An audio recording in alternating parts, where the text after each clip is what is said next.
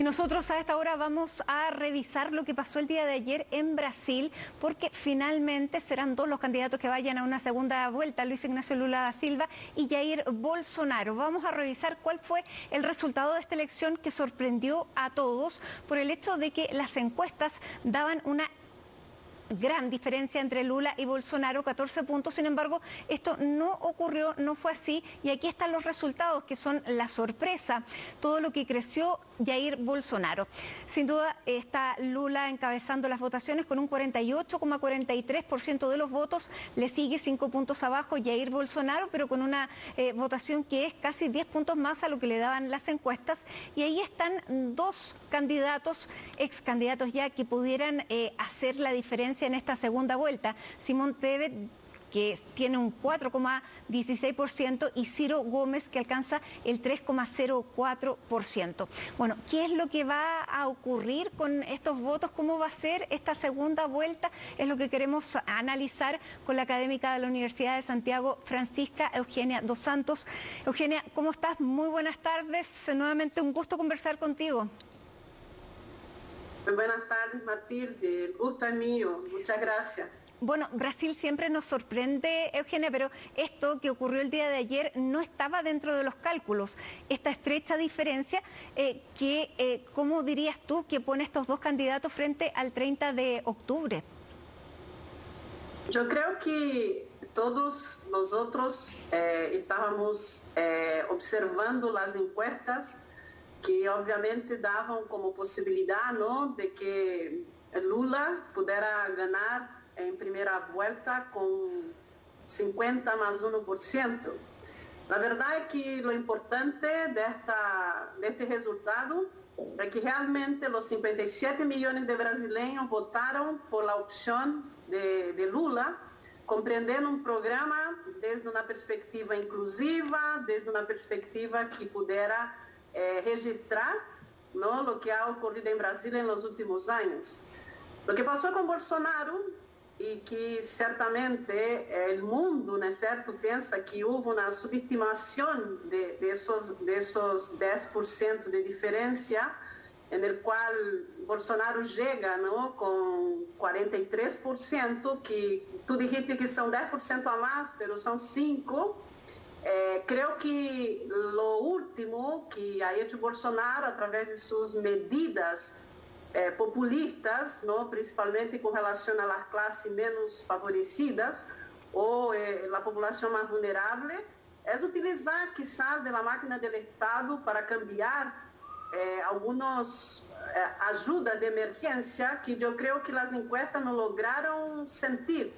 También decir que los 37% que Bolsonaro mantenía en las encuestas, que es su base de apoyo, fue algo muy resiliente, nunca cambió, y ese 5% quizás tuvo, eso es una opinión muy personal, que pienso que el equipo de Bolsonaro estuvo muy atento cuando se iba a reflejar en las encuestas las ayudas emergenciales, ¿no?, los auxilios, las ayudas que dio el gobierno, cambiando así este número de las encuestas. Pero pienso que lo importante para nosotros hoy día es saber que es la primera vez que un candidato que está en ejercicio de su mandato, en el caso de Bolsonaro, ha quedado en segundo lugar en una repostulación al cargo, ¿no? Entonces pienso que es de esa forma que deberíamos analizar. Y Lula... y te quiero preguntar si tú ves que esta elección está abierta al próximo 30 de octubre o ves a uno de los dos candidatos por sobre, porque si bien Lula tiene 5 puntos más y pudiera tener también el apoyo de los tercero y cuarto lugar, Jair Bolsonaro tiene todo el aparato estatal. Sí. ¿Cómo lo ves? ¿Lo ves abierto? ¿Lo ves que se puede inclinar en favor de uno u otro?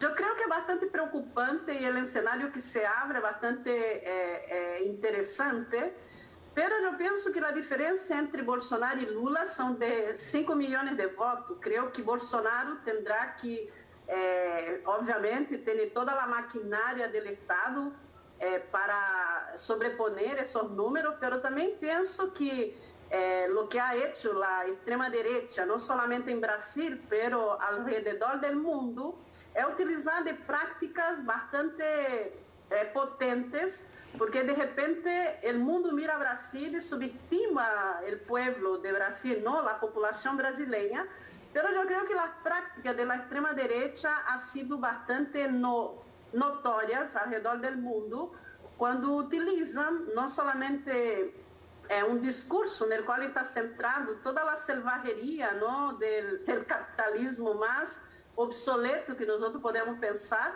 y creo que aquí Bolsonaro tendrá que trabajar muchísimo para lograr esos 5 millones de votos. Pero en el caso de Lula, mantenerse en esos 48% y que Temer con sus 3% y los votos de Ciro Gomes, que es un voto de la centro-izquierda, pudieran apoyar a Lula, porque otra cosa que es importante, Matilde, mencionar es que Lula representa un frente democrático que hoy día tiene como objetivo defender, ¿no? Defender el Estado democrático de derecho en Brasil, del cual lo que hemos observado en los últimos años, ¿no? Es que está realmente en peligro esta democracia, ¿no? Esa tercera democracia mayor, ¿no? Más grande del mundo, que es el caso de Brasil. Porque entonces, hay una cosa, Eugenia, que quisiera que nos contaras, porque aquí lo que gana con Bolsonaro es la extrema derecha, porque la derecha tradicional le fue muy mal en estas elecciones. ¿Cómo quedan ahí configurados? Mire, el Senado en Brasil, en el caso del Partido Liberal, que es el Partido Bolsonaro, logró 3 escaños, ¿no? Como se dice en castellano, y en la Cámara de los Diputados logró 103, ¿no? Casi un tercio de la Cámara. Entonces creo que el bolsonarismo, con sus raíces rurales, oligárquicas, ha logrado establecer esta configuración en el Parlamento, en el Parlamento en Brasil. Pero en el fondo, creo que aún hay una preocupación por parte del bolsonarismo en esta gran escalada que tiene la izquierda. Y por otro lado, cuando hablamos de derecha en Brasil, necesitamos pensar que las raíces conservadoras, históricas, ¿no? que existen en Brasil, de la derecha tradicional, que hoy día ha desaparecido entre esta gran, ¿no? extrema derecha que ha aparecido en el escenario brasileño con la figura de Bolsonaro como líder. Y pienso de todas maneras que los 5 millones de votos que tienen que salir a buscar Bolsonaro no será fácil en términos de campaña que él va a desarrollar.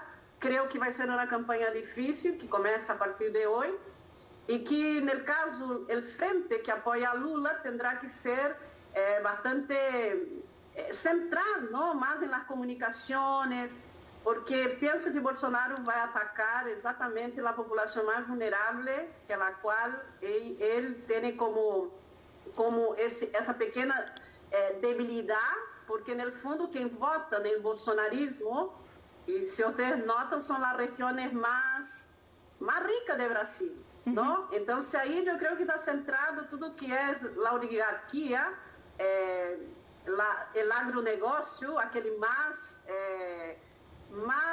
menos avanzado, y que quizás vamos a tener una elección bastante compleja.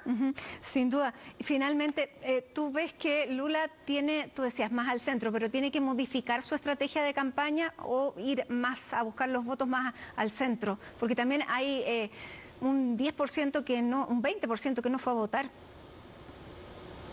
Sim, mire, há voto que é voto silencioso, há o voto das pessoas que não estão de acordo, não, em toda polarização, as pessoas que são de centro não encontram cabida em nenhum de los dois. Mas eu creio que Lula é um animal político, é um homem com muita trajetória, e penso que ele tem, claro, e eu creio que na declaração que ele deu ayer na noite, depois do resultado, é pensar em chegar, não, a estas alianças, vuelvo a decir, a una alianza que comparta los principios, ¿no es cierto?, de civilidad, del principio de inclusión, de los principios que rigen una sociedad democrática. Y creo que Lula camina para mantener los 48%, y si tiene el apoyo de Tebet y de Ciro Gomes, que encuentra un poquito más difícil, él puede llegar a un 52% y ganar esas elecciones en Brasil. Muy bien, vamos a ver entonces qué es lo que ocurre dentro de 4 semanas más. Muchísimas gracias, Eugenia dos Santos, académica de la Universidad de Santiago, nuevamente por conversar con nosotros aquí en CNN Chile. Que tengas muy buenas tardes. Gracias a usted. Buenas tardes. Chao.